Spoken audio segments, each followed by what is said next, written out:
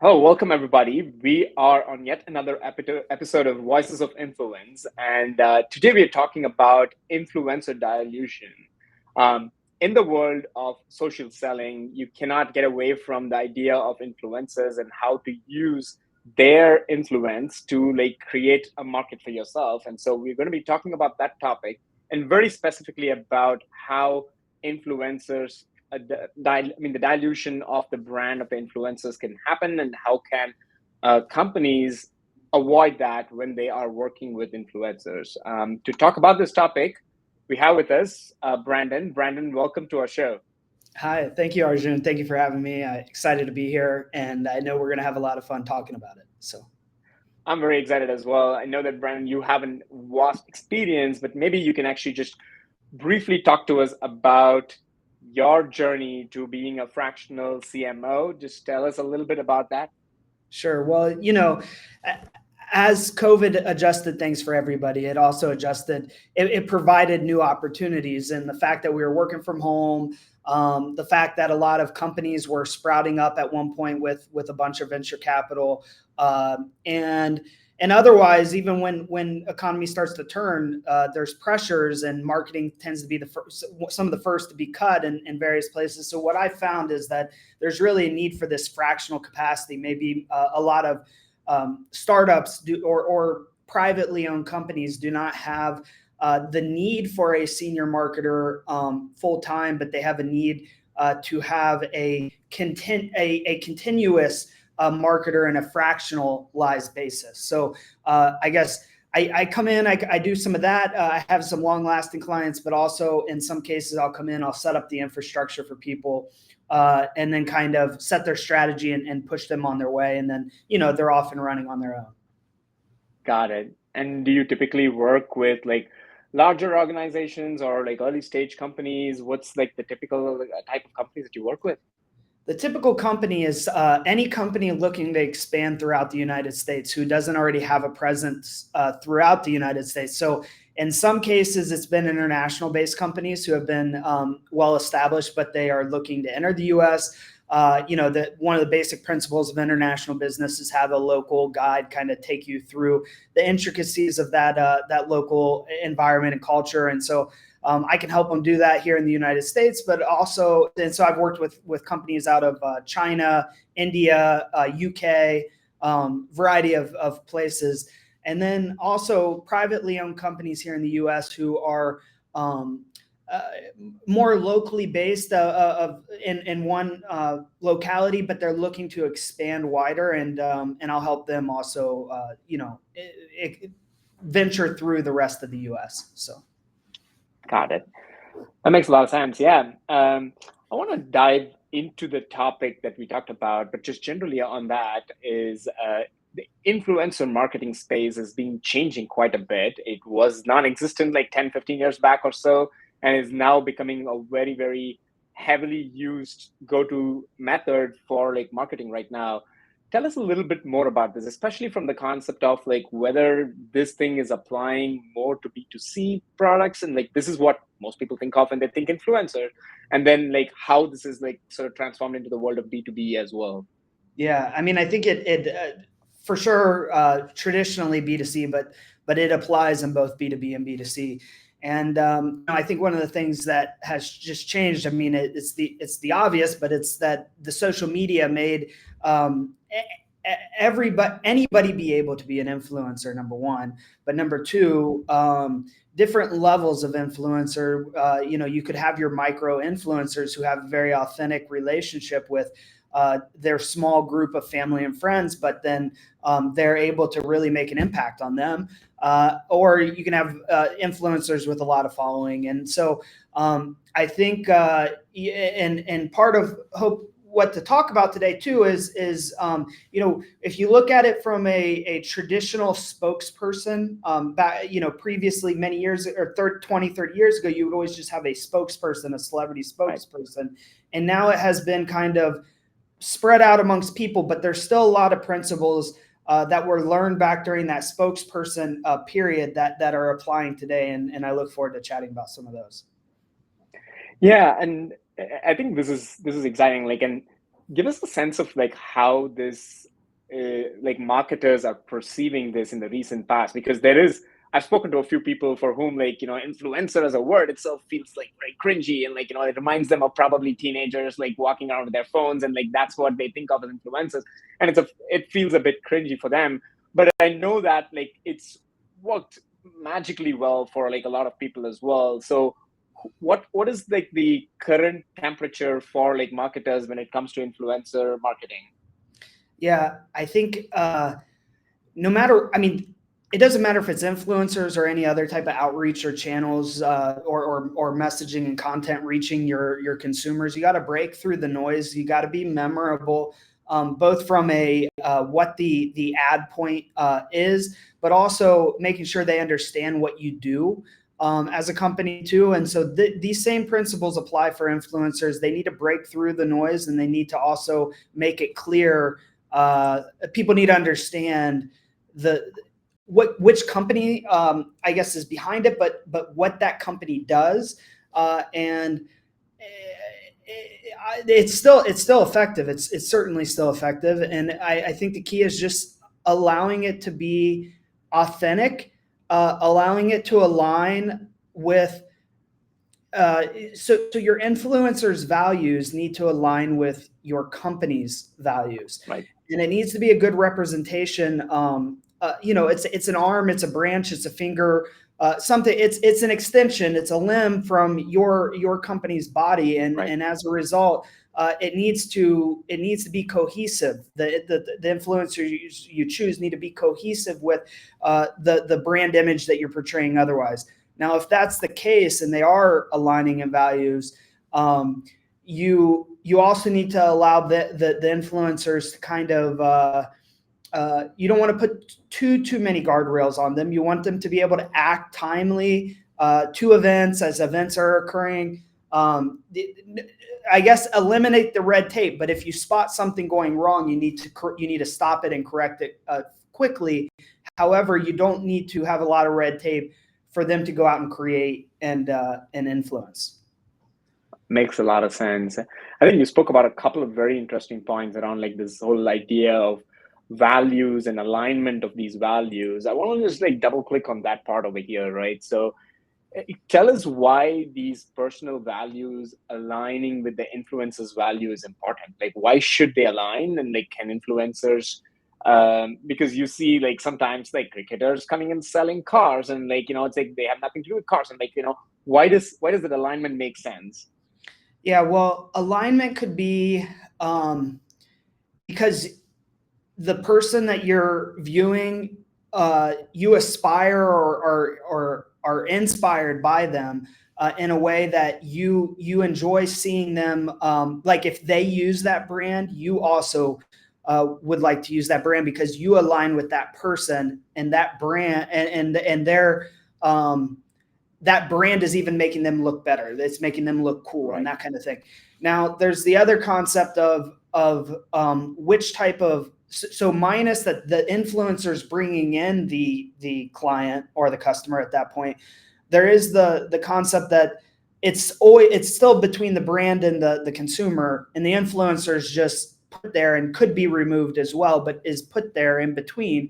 But it is to portray a message. But if that's the point, that they're just put there in between and it's still just between you and the customer, you need to make sure there is alignment in a way where it makes sense. Like if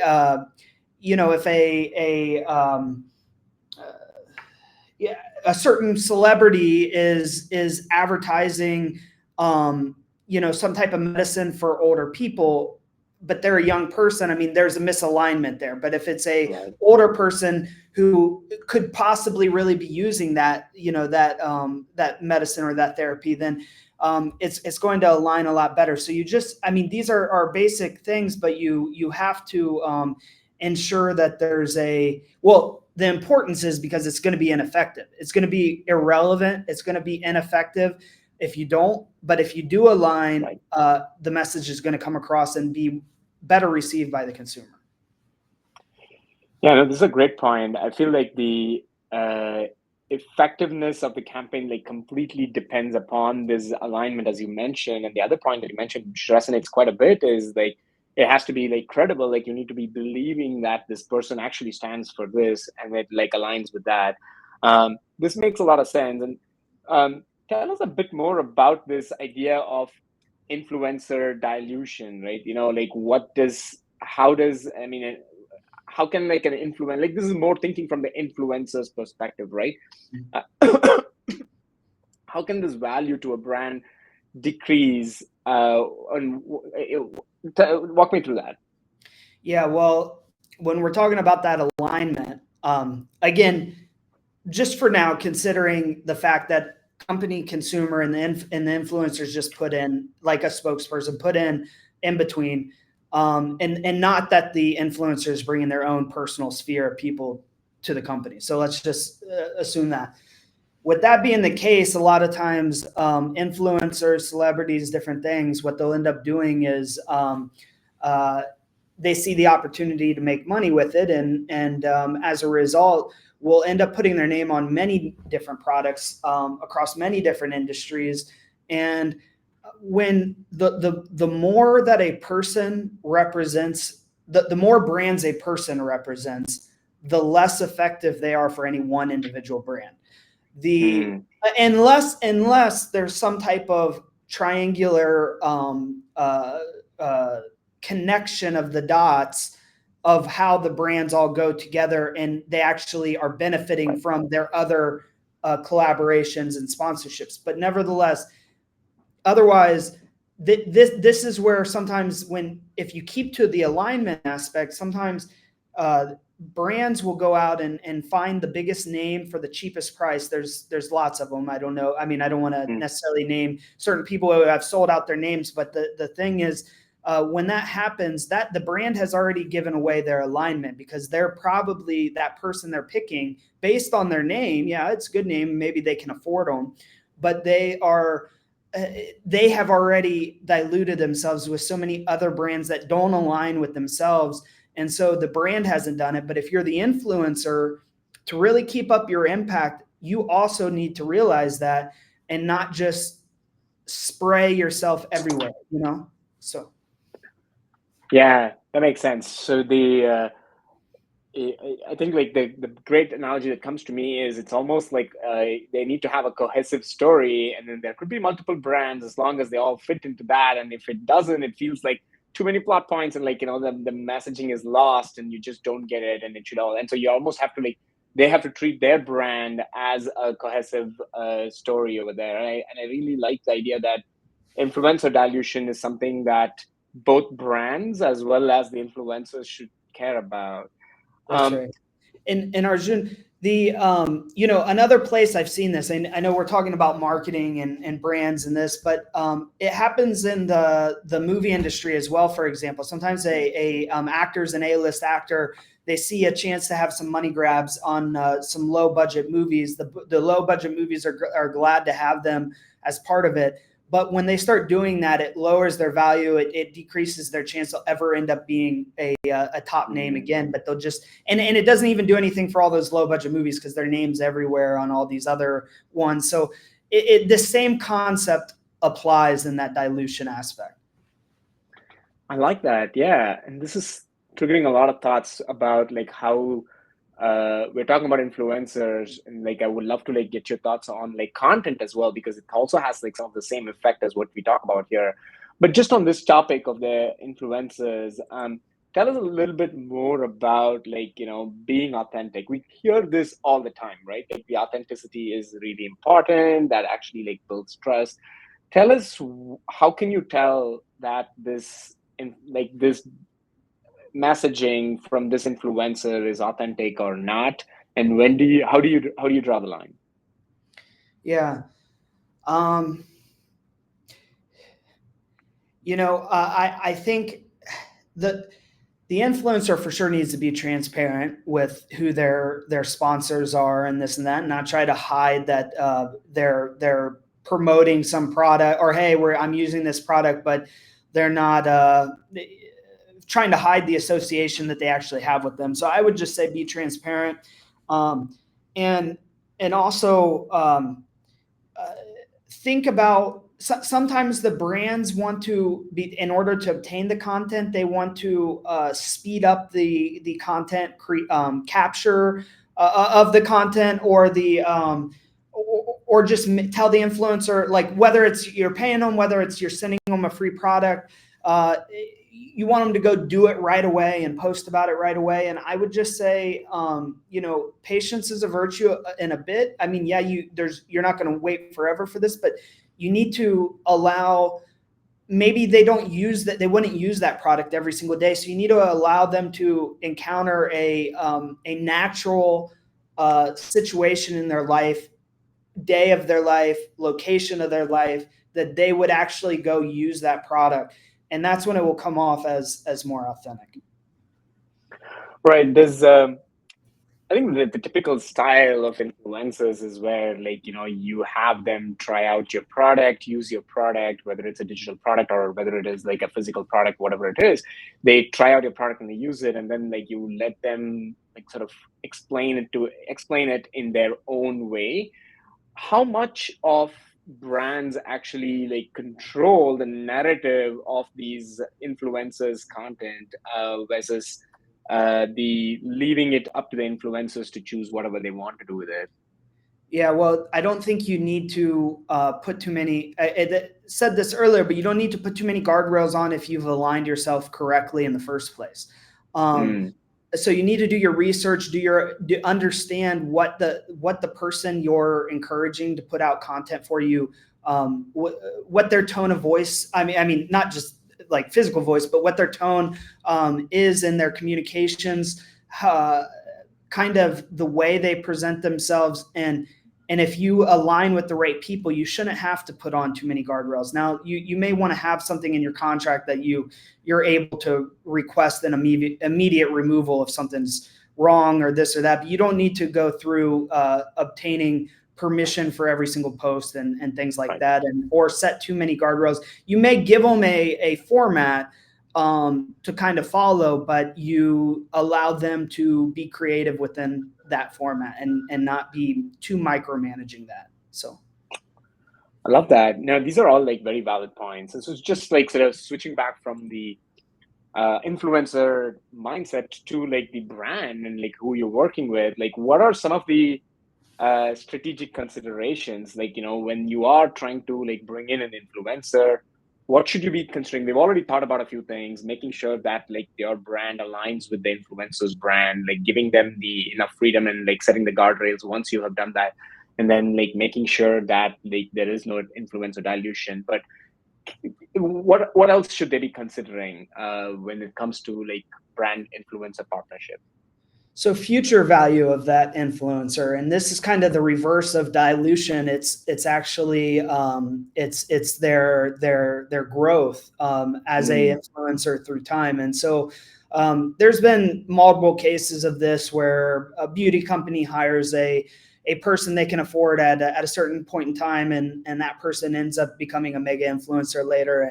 But because of their long-term association with the company previously, they're riding on that growth, that person, maybe that company can't even afford that influencer anymore due to their current status, but they still benefit from the previous. And because I gave a movie example earlier, I mean, I've seen this also in the movies where you put in an actor, or you have a director that is earlier in their career, but you see a lot of potential in them. And so then what happens is, if they start to grow and they end up doing more and more projects, people and they start to grow a fan base. Eventually, people go back and watch their earlier projects and their earlier artwork and find that to be more valuable. So yes, I'd look at future potential of your influencers, and I'd also and being on that future potential, you're being that forward looking at how long term versus short term you want this relationship to be. And setting up the expectations up front with the influencer, whatever strategy you choose, I would say lesser influencers and lesser good influencers and long-term relationships, may be more impactful, but I guess it depends on the situation, because if it's a pop-up like event, a concert or something, maybe you want to have a bunch of influencers and it's going to be very short term. So yeah, you just need to look at your positioning, understand your goals, and set the expectations, and you be transparent with the influencers as you're negotiating those deals. I really like it. I think these 2 points that you mentioned around the future potential for an influencer and the clear expectations around short term and long term. I think the best analogy that comes to my mind is around investing, right? Like you're like picking your stocks and like you want to buy them when they're low, and you really want to make sure that like you stick to that. And then how long do you hold on to something? Are you like more momentum based, where you're like just picking the top ones and like doing more short term ones, or like are you doing this? I think like that's the right analogy that comes to me, and it makes perfect sense, because like influencers have like sort of peaks and troughs in their in the influence that they have. Their cloud changes over time, and it's important for you to like invest in them at the right time and stay for the right period of time as well. Makes a lot of sense. I want to shift gears and like ask you about one related topic, which has to do with founder brand and how it like relates to influencer marketing. And this comes from more early stage companies that really are not looking at like high brand endorsement or so, but they are having their founders becoming the brand themselves, or like starting to be the influencer themselves. This, besides like running their own company, they are like trying to build their brand presence, and it's like seen as one of the more authentic ways in which like, hey, I am promoting this brand and I am building this brand. So it's like it feels like a lot more authentic. Walk me through like where where things are going in this space on founder brand building. Yeah. So first, any earned media that a young company can do, I think, is well worth it. Free advertising. I mean, yes, it takes time and effort, but free advertising. You do need to present yourself well. But with that being said, earlier when we were talking about influencers, like saying that if they did partner with several different brands, have some type of strategy there on how they connect. So also where I'm going with this is like as a founder going out and doing various podcasts, speaking events, and really setting yourself up as a face of the company, you should also understand all the different publications, channels, everywhere that you're going and interacting with. How do they align back to your company, and what value is it? Like you need to keep it somewhat relatable. Still, that's where I'm saying is like, don't just get too out of your circle. That we were talking earlier about circles. So like just just groupings, right? So like stay somewhat in a grouping that makes sense. So that's one thing, but the other thing is it's also equally important for smaller companies and founding companies to realize what kind of reliance they're putting on themselves to that founder, or to that one face they're putting out there, because sometimes companies name themselves around the founder, or they the founder's a cartoon character of them, whatever it may be. There's situations where it becomes difficult to remove the founder from the company. And I don't know. I mean, you could say like Dave Ramsey, for example. I think he's having a hard time. At some point, he's trying to build up other younger prodigies, but at some point, it's difficult to step away from the company if you are the company. So Right. If that's your goal, that's fine. There's nothing wrong with that goal, and it can be very, very successful. But if your goal is to go build it and then step away, just be pre-planning that in advance as well.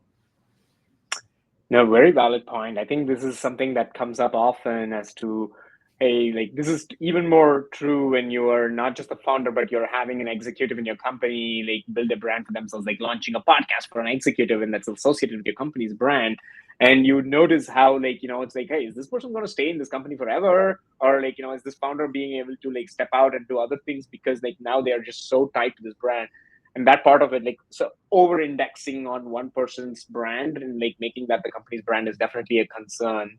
And I also like your other point, which actually like lines up with like influencer dilution to like also your founder dilution, is like founder brand dilution, is that you just don't go and like talk about topics on like all podcasts, whoever invites you on like any topic, because you're like diluting a brand. Like you want to stay within a sphere of, these are the areas that I'm a specialist on, and I'm going to take up opportunities to talk about just these topics. Makes a ton of sense. And like that actually also aligns where like your founder brand dilution doesn't happen either. Yeah, that's right. The word specialty that you said there is find that specialty, what your company specializes in, and go talk on any and all topics and any and all publications and broadcasts that will broadcast you on that specialty, Right? but not necessarily that outside. Yeah. Awesome. No, these are all like many valid points over here, and I want to like wrap up by asking you more about like your personal brand. Like I know that like you have quite the following on LinkedIn, and you probably built that over a period of time. Walk us through like what was your journey building your personal brand, and like how do you see, what are your values that you're aligning yourself to? Yeah. Well, I try to make everything that I put out in the public have a unique value add, but all still go in that same grouping. So none of the earned media that I do fills that whole circle, but it fills a piece of that circle. But it all belongs in that circle. It's not necessarily, shouldn't be outside that circle somewhere way out. So yeah, I've done that in a variety of ways. I've moderated events. I've networked with Fortune 500 CMOs. I've been in-house, out of house, fractional capacity. I'm really, have built myself up as understanding marketing from many different angles across many different industries, and understanding how those principles cross over. But always bringing, if it's different podcasts, for example, bringing a different value to every podcast. So you as a listener, if you find value in this, but there's another topic that you want to learn about, you could go listen to another podcast, but not every single one is going to all be the same. They're all going to bring a different value, but within that grouping of strategic marketing that we're, that I'm going for. So I like that. I think that the whole idea of like the visual circle, and like you like trying to like cover each parts of that circle through like different podcasts and different other types of content. What is your like content creation process right now? I know that like you appear on like different podcasts, and that's a part of it. How else are you like putting yourself out there and building your brand? Yeah. Right now, we're very happy with the amount of clients we have. So we're not like actively going out and looking, but otherwise, we've run all kinds of different things, whether it be from email campaigns, messaging through LinkedIn, physical mail campaigns, and various just call to actions. But, AI is really changing the way content creation is occurring. I think from a personalized, more one-to-one basis, it's enabled. And whether we go back to some of these other platforms that I just mentioned, or otherwise, being able to become more personalized on your messages, and not just hi Arjun, this is Branden, but getting to something that's a specific topic, a specific looks like a very personalized interest to you, and it wouldn't be the same message I would send to somebody else. I think this is, and at scale, this is what's going to make your outreach and your content relevant. So yeah, I mean, that's what I'm working on, is more personalization for relevancy. Yeah. I really like that. I think there's like the personalization and for relevancy. And you're talking about more one-to-one kind of communication, and like, one-to-one messaging or kind of communication as well. Do you subscribe to like more of broadcast messaging, whether it is like, I mean, podcast is a great example of how you like present yourself and like you share that in your social media or so. What is your thoughts on like building a brand, especially as a founder, or like, in your case, as a fractional CMO, building your brand kind of the same ways in which like influencers are building their brand, like posting daily video content or posting like daily content? is this something that is suitable in like a solopreneur role like you, or like more of a founder role? Does this make sense? Yeah. Well, if you're going to have a coming and going clientele where it's not that you're not interacting with them regularly, then you do want to keep content in front of them, whether it be newsletters, regular postings. Right. You want to add value and everything. People don't just value can come in a lot of ways. It can come in humor. Right. It can come in, but so it's not always just knowledge based value. But with that being said. Yeah, you need to understand your client. So every business and with fractional CMO work, being a business, but also any other business, you need to understand your consumers' purchasing cycle and how long that cycle is. And if you're gonna whether it's from a first time purchase or it's a repeat purchase, or you're gonna ask for referrals and other introductions later and different things, you need to continue to stay top of mind. Now, you don't want to annoy them. Like, too much of a good thing is sometimes a bad thing. So the difference is, and this is, I guess, with content and with however you're going to reach out, this is just a high level conceptual thing on this, is that the way awareness and keeping interest goes is, like, at first every reach out and contact like works, and then it wears out and it starts to wear out, but it doesn't wear out as long as you keep it new and something different and keep them thinking along each way. So you can keep the communication in whatever form, social media posts, emails, whatever it may be. You can keep that communication lasting a long time, but you just have to not let it get stale. So I think that's the big thing. No, that's a very good point you mentioned. I think which kind of lines up with what you said earlier about that, like, you need to be adding value, and like, like there is like an adapting that happens when you're saying the same thing over and over, that like people don't find it valuable anymore. So you need to like keep it fresh so that the value like stays up for your audience over a period of time. This is fantastic. Yeah. I was just going to say, sorry, there's it's an asterisk here, because you want to, we're talking about personal brand and being consistent in this grouping. So you don't want to change and be so different that it ruins what the personal brand you build is. But you do, so it's an art, there's an art to it, but you need to keep it fresh still. No, yeah, I totally hear you. Like, keeping variety doesn't mean like veering out of your circle of like specialty, but like still staying within that, but still like change the messaging or change the tone and like adapt to like the newer ways in which you reach people and like continue to add value to them. That makes a lot of sense. This is great. Branden, this was a pleasure talking to you. And I know that like we went a little bit over here than my usual topic, because we had a lot to discuss, especially like talking about influencer marketing and the dilution, and then like sort of talking about more founder branding, as well as like your strategy as well. Thank you so much for sharing your experience and like your ideas with our audience. Well, thank you for having me on. I actually think you do a very great job with your branding and this presentation, the way you present everything, your company and yourself online. And so I applaud you and thank you for having me on. Thank you so much. I appreciate that.